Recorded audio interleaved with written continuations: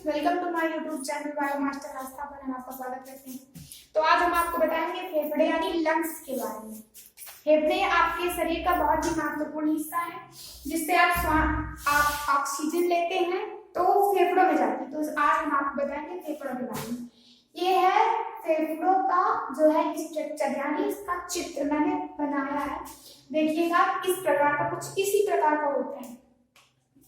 तो उससे पहले बता दूं मैं आपको 2 लाइन मोटिवेशन के लिए, ताकि आप पढ़े तो मन लगा के पढ़ें कि मतलब शिक्षा वो शेरनी का दूध है, जो पिया है वो दहाड़ा है।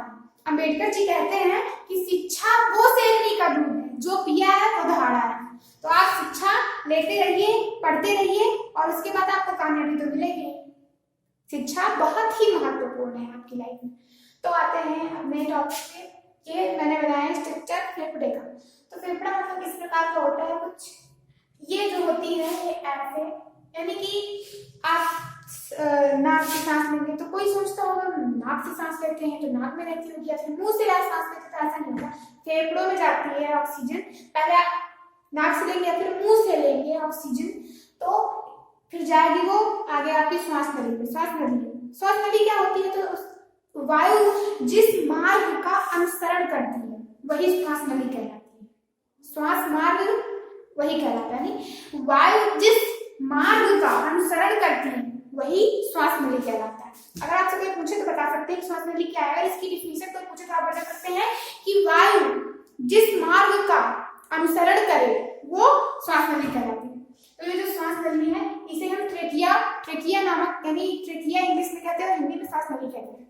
तो इसके बाद आता है, ये हो गया श्वास नली है, और उसके बाद ये फेफड़े इस प्रकार के होते हैं, और जो ये इधर को आई है इन्हें बोलते हैं ब्रैंकिया।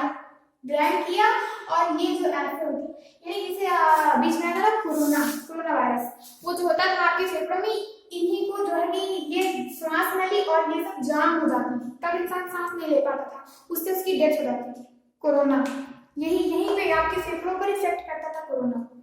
उससे कोरोना टाइम में आपने सुना होगा बहुत सारे लोगों की मृत्यु हो गई, मर गए, वो उनकी डेथ हो गई। तो उसका कारण क्या था, वो सबसे पहले आपके फेफड़ों में अटैक करते थे। जब आप सांस ही नहीं ले पाएंगे तो फिर आप जीवित कैसे रह सकते हैं।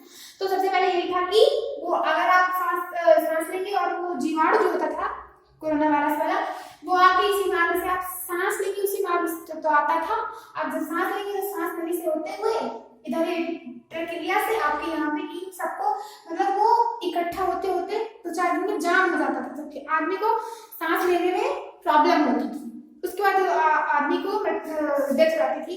ऑक्सीजन की भी बहुत कमी हो गई थी कोरोना टाइम में। आपको याद हो तो लॉकडाउन लगा था, बहुत सारी दिक्कतें आई, हमारे देश में बहुत सारी दिक्कतों का सामना किया उस समय। कोरोना यानी कि जो होती हैं इनको बोलते हैं एलवोली, यानी कि वायु कोष्ठक। इनमें वायु आके थोड़ा सा स्टोर होती थोड़ी देर के लिए, इन्हें बोलते हैं वायु कोष्ठक यानी एलवोली।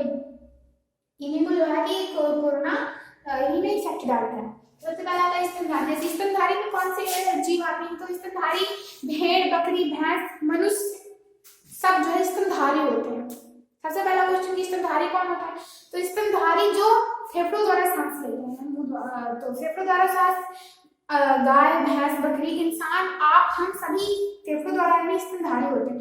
तो फेफड़ों यानी लंग्स जिनको बोलते हैं, सब जैसे बकरी हो गई, मनुष्य के भेड़ हो गए, सब फेफड़ों द्वारा सांस लेते हैं, लंग्स द्वारा सांस लेती हैं। और उसके बाद है कीट पतंगे, जैसे कि कीट में जैसे ले लीजिए कि मधुमक्खी हो गया, ये जो श्वास नली यानी ट्रेकिया द्वारा सांस लेती है सब, ये होता है ट्रेकिया। कीट जो होता है ट्रेकिया में श्वास नली द्वारा सांस लेते हैं।